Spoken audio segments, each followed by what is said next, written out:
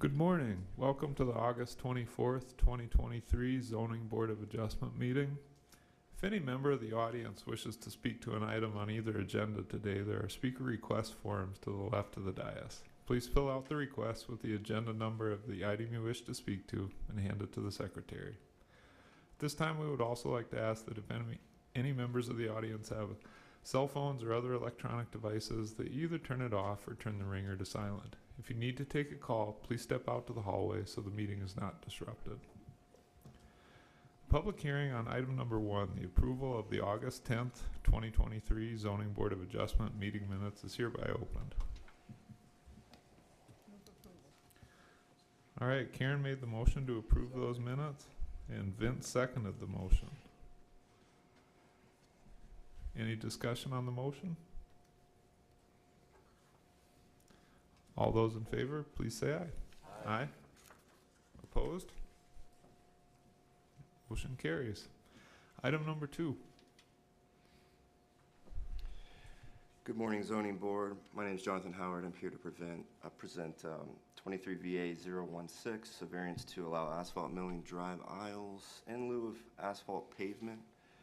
So, pull this up for you, get the aerial showing. It's a 0.8 acre lot at the intersection of Marlin Drive and Benelli Drive. It's zone light industrial and has adjacent light industrial uses, and across the street is general commercial. The future land use is employment, so this pretty much entire area is a future employment zone. It's located on a collector street off of Elkville Road and Creek Drive, and Benelli Drive is a local street. Here's the site plan. Today I'm going to try to use the drawing tool here. Let's see, we have to highlight. So this area you see in yellow is the area being requested for variance, where asphalt millings will be used. It's approximately 12,000 square feet of asphalt millings for a fenced-in storage yard associated with a electrical repair and contracting business. So you can kind of see this kind of lighter shade being asphalt milling, and then the darker shade being the asphalt pavement area. There's also a 3,600 square foot building on the site, approximately here. And the fenced-in area will be 6-foot chain link with barbed wire on the top. Their parking, landscape, and area regulations have all been met on this site. Per the minimum standards of constructions for parking lots in 1980, it requires the area to be paved. Looking at some of the variance criteria for approval, request does not grant a land use otherwise excluded in the district, will not be injurious to the neighborhood or detrimental to the public welfare, and the variance is in harmony with the general purposes and intent of the comprehensive plan. In terms of criteria for denial, the area will be a low traffic storage yard. No special circumstance really exists to support the variance. Electrical wire spools, generators, conduit, storage containers, things of that nature will be in the yard. So, but the applicant seeks variance essentially to reduce maintenance liabilities and an area in use for low storage, low traffic storage. Another criteria for denial would be if it were to not be denied today, it would not deprive the applicant the reasonable use of his land. So, asphalt milling pavement does reduce the need for a dust palliative and is considered a reasonable pavement type for low traffic storage yards. One of the reasons for the minimum standards of construction is to reduce dust and to tracking of mud and dirt and things of those natures. So, but asphalt milling does somewhat act as a dust palliative itself. And in addition, the applicant is intending to apply a dust palliative to the asphalt milling annually. And outdoor storage is a permitted use in the light industrial district. So With that, Development Review Team recommends approval of the variance to allow asphalt milling drive aisles and in lieu of asphalt pavement with the stipulations outlined in the report. I'm here for questions, and I believe the applicant is in the audience. Thank you. Thanks, Jonathan. Vicky? Thank you, Mr. Chair.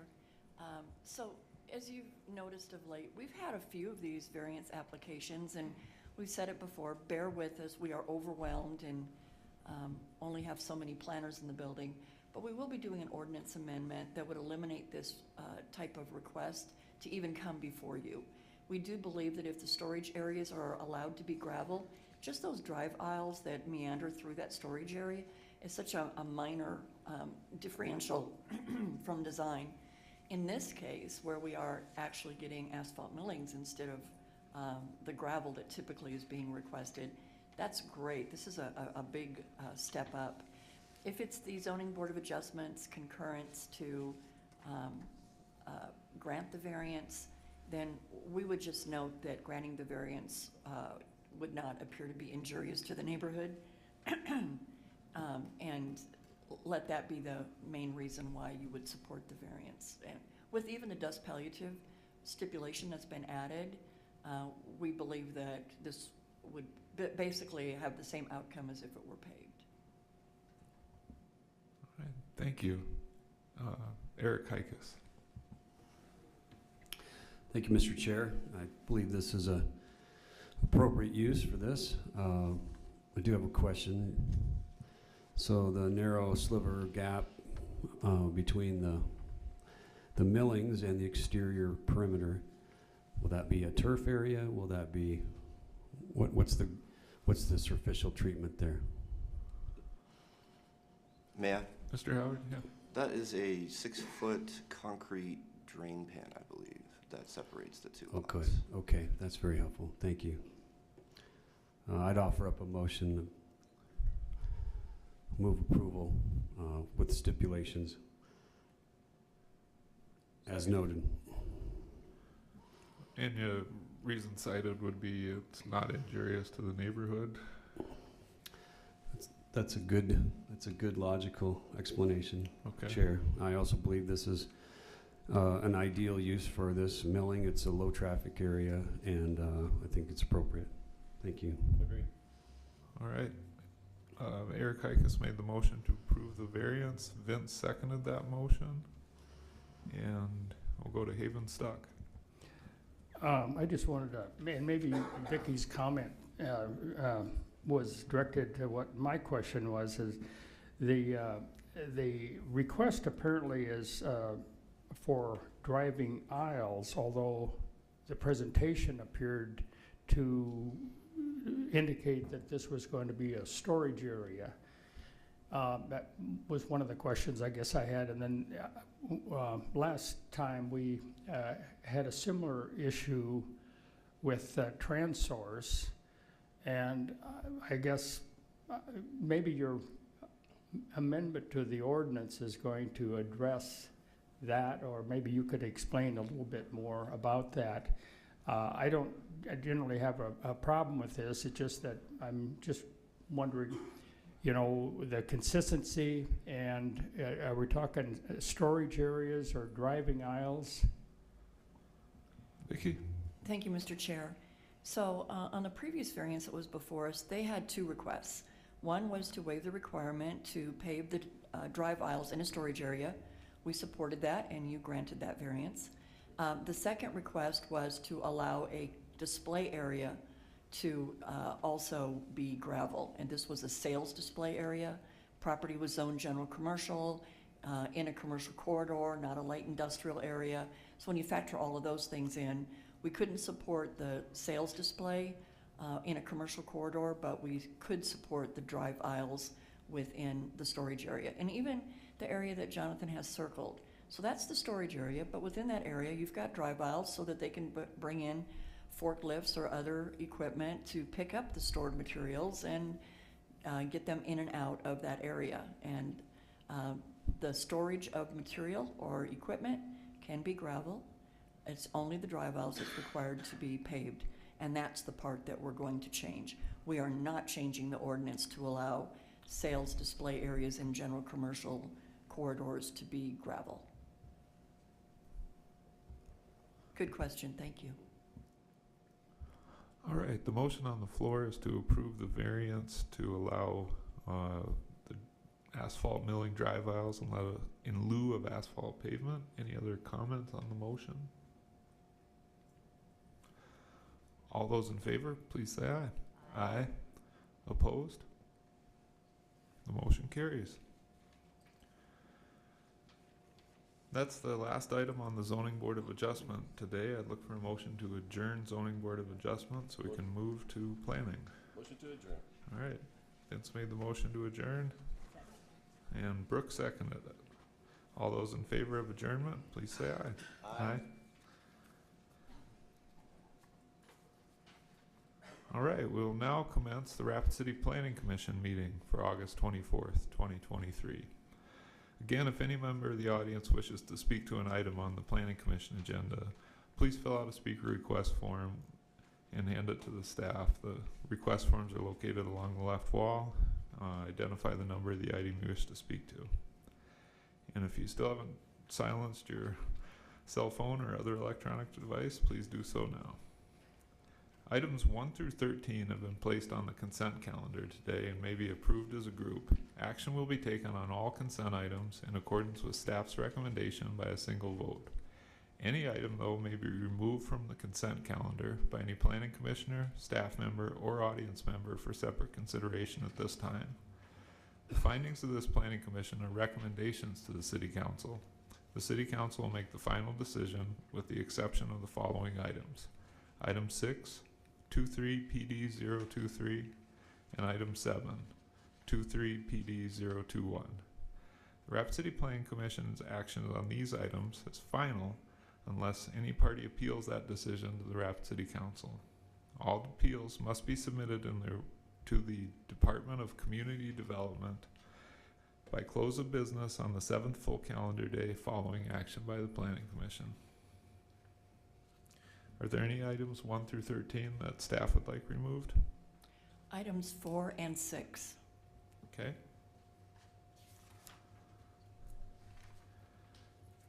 Any items that any planning commissioner would like removed?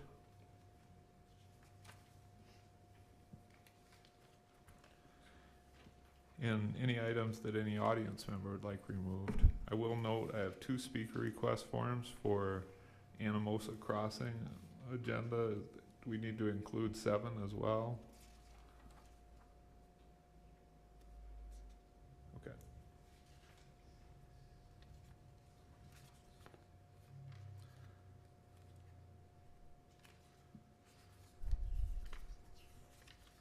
I'm just checking it myself. 5 is what I meant, 5, and do we need to include 5 as well as 6? I had the direction the wrong way. I would not, I guess I would defer to whoever put in the speaker request item. I think that goes more to land use discussion and subdivision improvement. All right, we've got Kevin Aker and Corey Brown. Are you most concerned with the subdivision of the land or both items, the subdivision as well as the initial plan development? I'm actually unaware of the 070 because we only have information on the item number 6. Okay, And it was mostly on usage. okay. Mr. Aker? That's number 6 as well. Okay. Same to me, just use compared to the property I own there. Okay. See if it affects anything I'm doing. All right, we'll pull that and call you both up for that. All right, so if there's no other items to remove from the consent calendar, we'd look for a motion to approve the consent calendar items 1 through 13 with the exception of items 4 and 6. And all that would be in accordance with staff's recommendation on the individual items. Motion to approve. All right. Second. Vince made the motion to approve items 1 through 13 with the exception of items 4 and 6 in accordance with staff's recommendation. And Karen seconded that motion. Any discussion on the motion? All those in favor, please say aye. Aye. Opposed? Motion carries. Item number 4, Vicky. Thank you, Mr. Chair. Item number 4 is a preliminary subdivision plan for Ennin subdivision. And this is a proposed plat to create a mix of smaller lots and then more standard single-family residential lots. The applicant has had a very successful outreach from the public on some of the smaller lot proposals. This is a kind of a unique design, one that we would be bringing forward as an experimental type subdivision. But since their requests have been so high, they do want to rework the layout and provide more of the smaller homes that do provide for affordable housing. So with that, we would recommend that this item be continued to your September 21st Planning Commission meeting with the applicant's concurrence.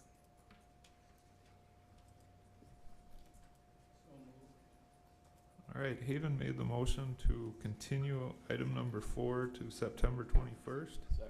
and Vince seconded that motion. Any discussion on the motion to continue? All those in favor, please say aye. Aye. Opposed? Motion carries. Item number 6. Thank you, Mr. Chair. Item number 6, I'm sorry, I'm filling in Kip Harrington, filling in for Tanner today. Item number 6 is 23 PD 023, which is an initial plan development to allow an apartment complex in Anamosa Crossing subdivision located at the intersection of Anamosa Street and Camden Drive. You can see here on the aerial, it's this portion of the property to the north, and there's an unplatted balance here to the south. These just approved item number 5, which is a preliminary subdivision plan to create these lots to the north, leaving this property to the south as an unplatted balance. As you can see, the zoning, the portion of the apartments is currently zoned office commercial, and then there is a area to the north which is zoned general commercial, and that area is slated to become a solar panel field to serve the apartments, solar panel development. Future land use is mixed use commercial, and you can see on the major street plan that East Anamosa Street is a minor arterial street. East North Street, which is also adjacent, is a principal arterial, and Utica Street and Camden Drive are commercial streets. Here's a site plan of the property showing the 6 apartment buildings and then also the solar panel array that is going to propose to be built to the north. There's also showing a walking path trail throughout the open space behind the property. Some site photos. This is the view into the property. You can see the sign posted. This is looking east. This is looking to the north, again, sign posted on the property. This is looking generally to the west off of Camden Drive, and this is also looking to the north. And that is looking along to the east off of Camden Drive as well, and to the west along Camden Drive. This is at the intersection of Camden Drive and Anamosa Street, looking generally to the south. And this is Anamosa Street looking back towards the west and the intersection of Camden Drive. And here's Utica Street, where it ties into Anamosa Street. As part of their preliminary subdivision plan, it was identified that improvements will be required to be made to Utica Street as well. And Utica Street looking north, you can see it's unimproved gravel road. There are some power lines adjacent to the property. And I'm not sure why Alex took this picture, but that's the proposed site of the solar panel array. You may recall a while back, we did do a rezoning on this property, and that was very much debatable among the staff. There was not staff consensus, and so we left it up to the Planning Commission if it was their determination about the rezoning, and the Planning Commission did determine to rezone this property to office commercial to allow the apartment use, specifically due to the fact that they're proposing senior housing and low-income housing or affordable housing in this apartment development. So this initial plan development will allow for the construction of the apartments and the solar panels. I'm available for any questions, and we do have two speaker request forms. Mr. Chair, Vicky? just a quick reminder, this is just the initial plan development. The applicant will be required to bring in a final plan development, and that's where the detail comes in. Full construction plans, pictures, elevations of the structures, detailed landscaping, sign package, etc. All right, I'll go to the speaker requests. Corey Brown, if you'd like to come up to the microphone, even though I've called you by name, just identify yourself once you're up there. Good morning, council. Corey Brown. I own Corey's Point S, just to the east of the proposed property. I'm not necessarily opposed to this. I was more looking for informational. It sounds like it still has to go through some planning and development. I know that the traffic from that size of apartment would definitely affect us, not necessarily negatively, but when we put in our store, the intersection of Camden and Lando was supposed to have eventually turned into a four-way, which is right off our property. I don't know if that's still proposed or not. I also didn't see this until just now, so I didn't know if there was something coming directly on east-north, but it doesn't look like there is. I don't really have I'm not opposed to this plan, just more curiosity on the traffic. And then I had a question about the soil being, fairly clay heavy up there, but it looks like there's not gonna affect us on the downhill side to the northeast, so that's kind of a non-issue. Mr. Chair, Kip? as a reminder, as a stipulation of the final plan development, when that application comes in, they will also be required to submit a traffic impact study with this development, which will then address any traffic concerns created by this development. And that would come with the final plan development? That's correct, yes. So that, just as a note to you, Mr. Brown, that would be something to watch for. That'll come with the meeting materials, basically, when that final plan development is in front of us. Okay, fair enough. I have no other opposition. Okay. Thank you. Thank you. Kevin Aker?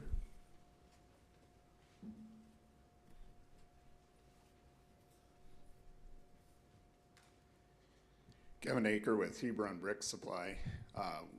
We purchased and are developing plans for our property, which is between Camden and Lando, right on Anamosa. So would be Just right in, yeah. Yep. go ahead. right there. We will have truck traffic, semi, things like that in and out of our yard. Just want to make sure that this development, if that's changes that's with a community there and that kind of traffic, if that's something that we need to be concerned about. If it affects me, I'll have a retail showroom, a yard space. Most of that should be paved, the use where we're using it and everything. Warehouse, outdoor, landscape, display area, things like that. So retail oriented, but commercial contractors would be in and out as well daily.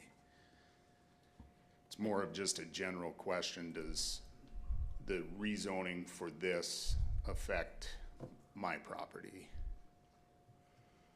Mr. Chair, Vicky? the rights that this individual has for his property will not be reduced or negated because of the allowance of the apartments. But what we did do, and again, Kip mentioned it, we deliberated over this very heavily about whether or not it was appropriate to put housing in an area that's truly a commercial corridor. But we do like diversified housing, the work stay where you can have an employment base close to, or employee base close to employment opportunities.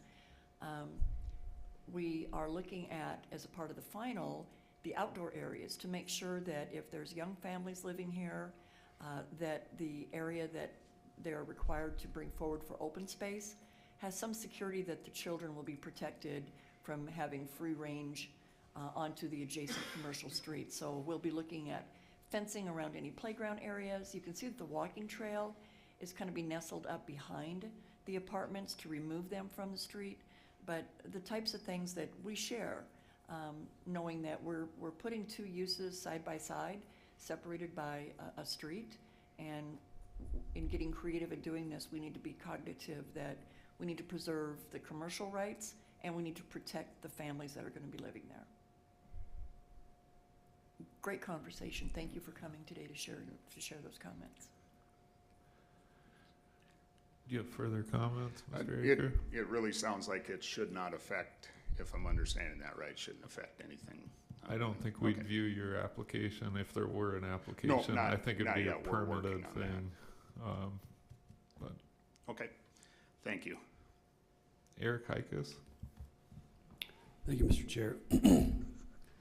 It's a fine initial plan development as far as my review is. I think if Mike were here, he'd be very complimentary about the playground and some of the central amenities. It's thoughtful and cohesive. It's a great plan from what I see. Compliments. Vince? Thank you, Mr. Chair. I just want to thank the two business owners from this neighborhood who took the time to come in and express their concerns for the area. I appreciate that. Thank you. Karen? Thank you, Mr. Chair. I'll also have some concern about having housing within a more commercial area. We just did one right off of, that's East 44, it's not East 44, but that street where we put the housing in that area down there, and that seemed to be an appropriate place. I think this is an appropriate place, but more than that, I'm appreciative of the fact that they have all those solar panels. And I think that's a unique way to have housing and support for electricity and those things. Just something new and different in the community, and I think that's good.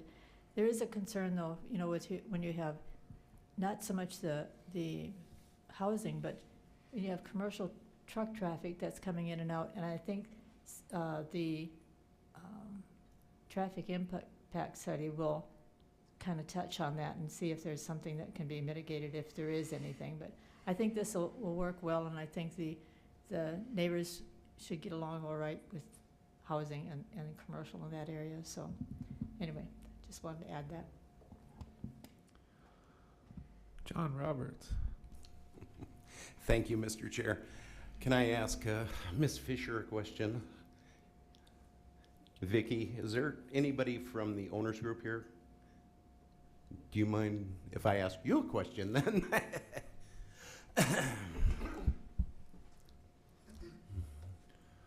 Again, if you could identify once you're up. Good. Good morning. Ryan Tobin with Elmington Capital. I represent the owner. Good to see you. Happy to answer questions. Good morning, Ryan. What percentage of affordable housing is in this complex? 100%. 100%. Awesome. What's your median income on it? Well, 60% AMI and below. That is what I wanted to hear. Thank you very much. The only reason I ask that question is, you know, like I know, that there's so little land in the qualified census tract that we can't take it up by doing just regular apartments within this corridor. So It's running out across the country. Yes. it is, absolutely. Anyway, I appreciate what you're doing. Thank you very much. When do you expect to start turning dirt? Do you know? If my optimistic lens would tell you Q2 of next year, we would start construction, getting through the process with the team here. And total units? 249. Thank you very much. So between what I'm in the middle of and what you're doing, that's going to put over 400 in Rapid City, and we need them badly. We sure do. Yes. Thank you. I can't resist, Councilman Roberts. There is a final plan development still to come on this before dirt gets turned, and probably a building permit too. It's important. It is. For sure, for sure. All right, other questions or comments on item number 6? Mr. Chair? Vicki? Just one. So one thing that's unique about this project is not only is it affordable, but there's a component here that's going to be set aside for senior housing. And we are short senior housing in the city. So this just checked all the boxes.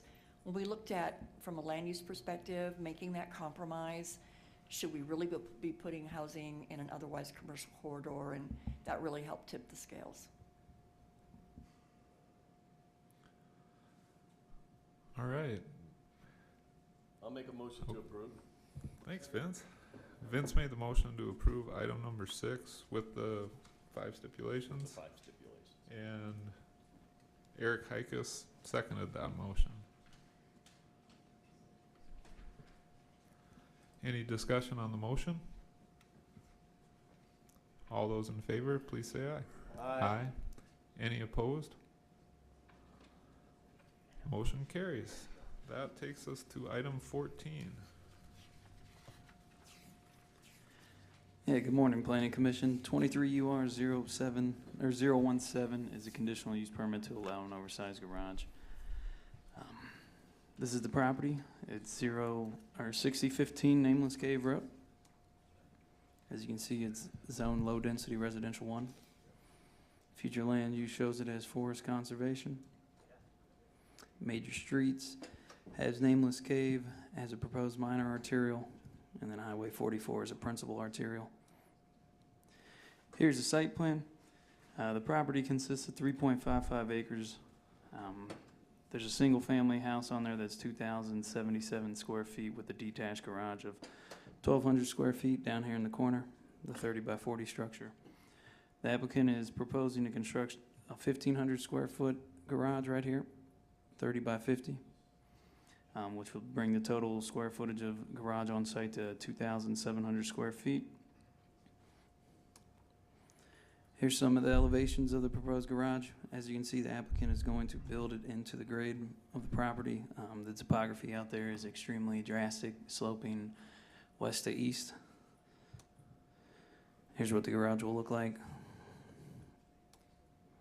Here's the site in general. Yeah, that's the curve of Nameless Cave Road. As you can see, it drastically slopes. Heavily forested out there. The applicant intends to tuck the garage in off of the existing curb cut out there. Into the ravine, I guess, with the trees providing buffering and landscaping so the properties above aren't affected visually or impaired from it. Here's Nameless Cave looking, that'd be looking east. Here's Nameless Cave looking west. Let me go back to the site plan.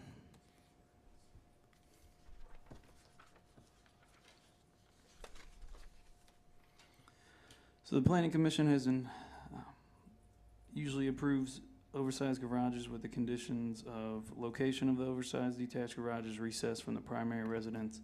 Buffering or screening of the oversized garage is done with landscaping or natural terrain, and the exteriors match the principal residential structure. The applicant has provided all three of those. Staff recommends approval. The homeowner is in the audience for questions. Thanks. Thank you. Any questions on this one? I guess I have one. There was a discussion in the staff report of turning the existing home into an ADU at the end of this process. Am I just to understand that this garage will serve the future primary home on the property and the other one is the ADU? That was the part I was a little unsure of. That's correct. And the accessory dwelling units are an administrative review outside of this. But we thought it was important for him to establish his oversized garage independent of that discussion. But yes, so the owners of the property will enjoy the oversized garage. Okay, gotcha.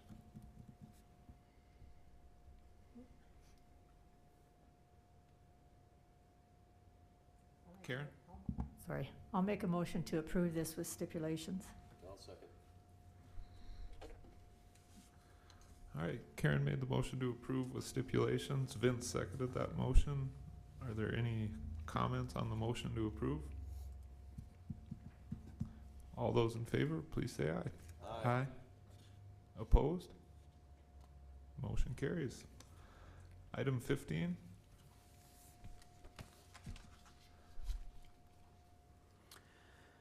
Yeah, so item 15 is 23 UR 021.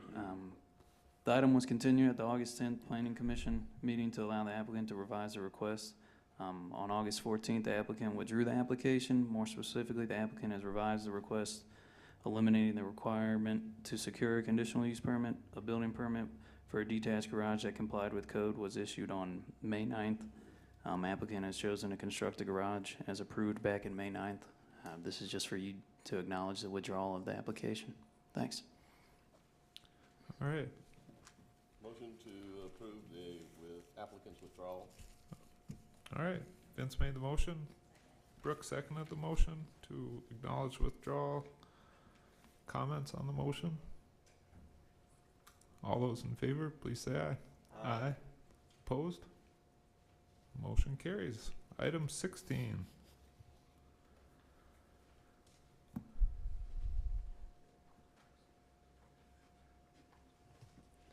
Good morning, Planning Commission. Jonathan Howard. I'm pleased to present my first ordinance amendment to you.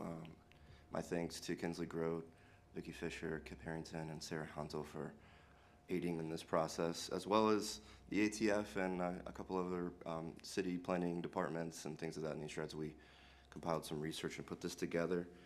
So we've received a number of requests and inquiries on the topic of indoor shooting ranges in Rapid City. It's been on our to-do list for some time. Historically, it was reserved for law enforcement only.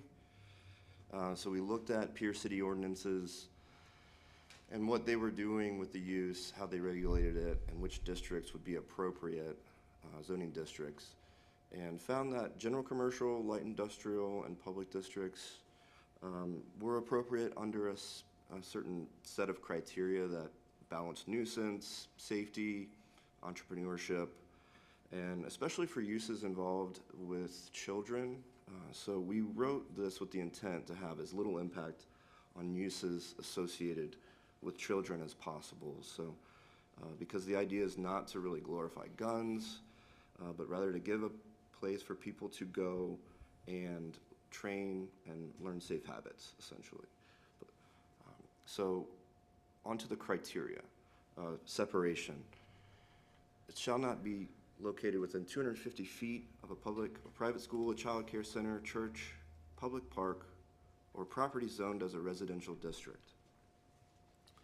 An indoor shooting range that does not meet this criteria or requirement will be reviewed as a conditional use permit, and that criteria involves screening the use from view and orienting ingress and egress to the property, i.e. the driveways, in a way that does not conflict with the aforementioned uses or districts. On to design features. This was the bulk of some of our research because we wanted to, again, balance nuisance and safety and to give the use to have as little impact on uses associated with children and neighbors, and to be a good neighbor, essentially. So those design features include a fully enclosed building within a building if it's associated with the secondary use, like if the range is a secondary use to a retail or some other training center or component like that, that it would be its own enclosed building within that use. Essentially a fully enclosed fortress is what we're looking for.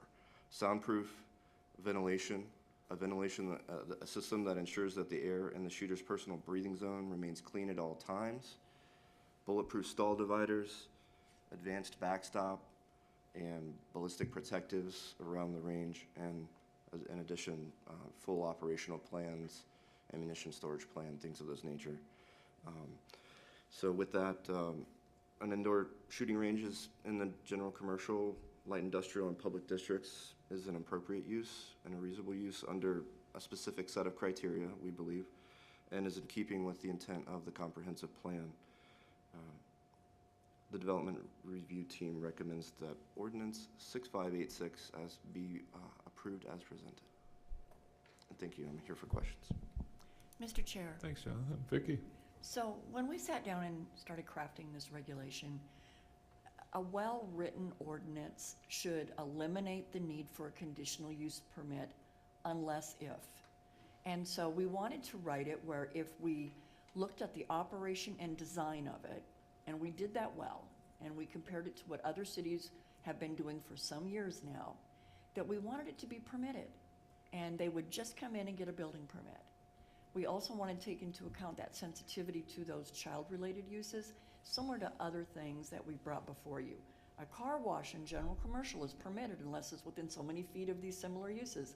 Then it's a conditional use, so that we can really look at what are some of the other stipulations we need to add to mitigate that difference in use.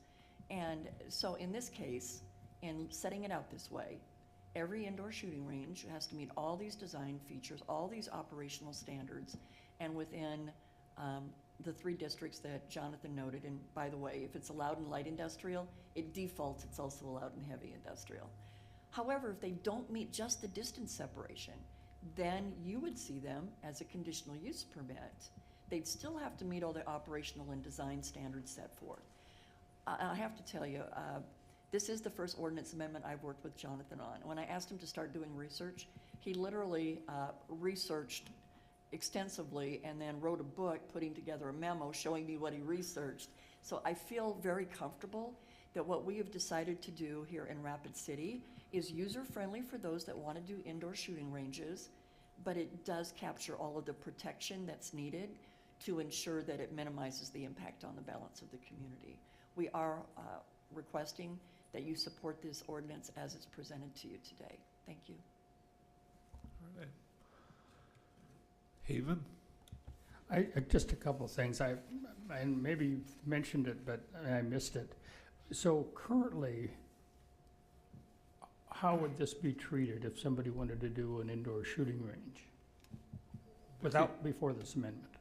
So currently, the ordinance, and also there's a section of Chapter 9 in the Rapid City Municipal Code that doesn't allow anyone other than a police officer to fire a projectile within the city limits of Rapid City. So the Attorney's Office is working on amending that it too would allow the public in an indoor approved shooting range. Right now, you couldn't, as Jonathan said in the start of his presentation. Over the last few years, we've seen an increased inquiry from the public, people wanting to do indoor shooting ranges. They're very popular. A lot of us are hunters in this area. Some of us we go to Beretta or other communities if we want to test our guns and have the fun of making a family event out of it. And this would allow those of us who enjoy doing that to stay right here in Rapid City and to have that safe place, heavily regulated for protection, odor, sound, ventilation. But currently, you can't. Unless you're a police officer, you couldn't use a shooting range inside the city limits. Is there any discussion on the limitation on the type of weapons that could be used at an indoor shooting range? Could you repeat that? I just wondered if there was any discussion on the type of weapons that could be used at an indoor shooting range.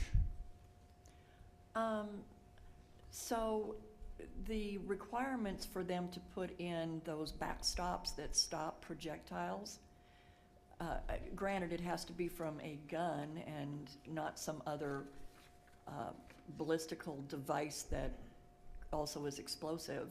And in meeting that criteria, regardless of the weapon that they bring in there, it should be able to stop that.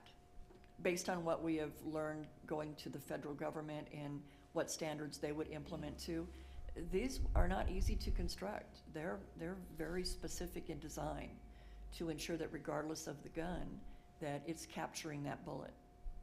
I was glad to see that one of the requirements was a separation that prevents projectiles from straying from the shooting range. That's a good idea. Mr. Chair, if you've seen some shooting ranges where you go in and you've got a little cubicle area that you stand in, and then you've got a target at the end, and there's even requirements in there that little stall that you stand in be completely protected and bulletproof, so if somebody's picking up a gun and it accidentally discharges, you can't hurt anybody else in the range at the same time. Again, a lot of thought has gone into this. Vince?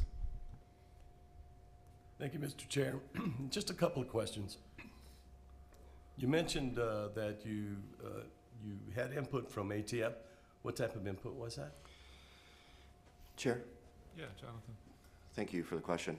So initially, when we first started down this path, we hesitated to research the design features specifically and include them in the ordinance. We wanted to essentially say or defer to state and federal design guidelines. We kind of assumed there would be some sort of memo or tech guidance from the feds on what a range should have to operate safely, and we didn't find that. So I was having trouble finding that, so I just reached out to the local ATF agent, and he was like, yeah, sorry, we only regulate retail, manufacturing, distribution, licensing, things of those natures. So that's one of the reasons we had to actually include design features in this ordinance. As far as the getting to and from the range itself and the parking area, is there any consideration or special mention of safety in that area and protecting the usage of firearms or discharges of accidental? I'll defer to Vicki. Vicki? Thank you, Mr. Chair. So we had that discussion too. We reached out to other communities. They do not regulate that either, pointing out that gun shops are allowed. We have them in Rapid City right now. People can take their gun into the gun shop. They can buy ammunition, take their gun and ammunition back out to their vehicle. And so, again, we did not feel that the indoor shooting range required any additional regulation, since we currently don't regulate how someone carries a gun outside of our current regulations on whether they be, if you have a permit, who can carry them, et cetera. So no additional safety concerns are put in place at this point? No. Okay.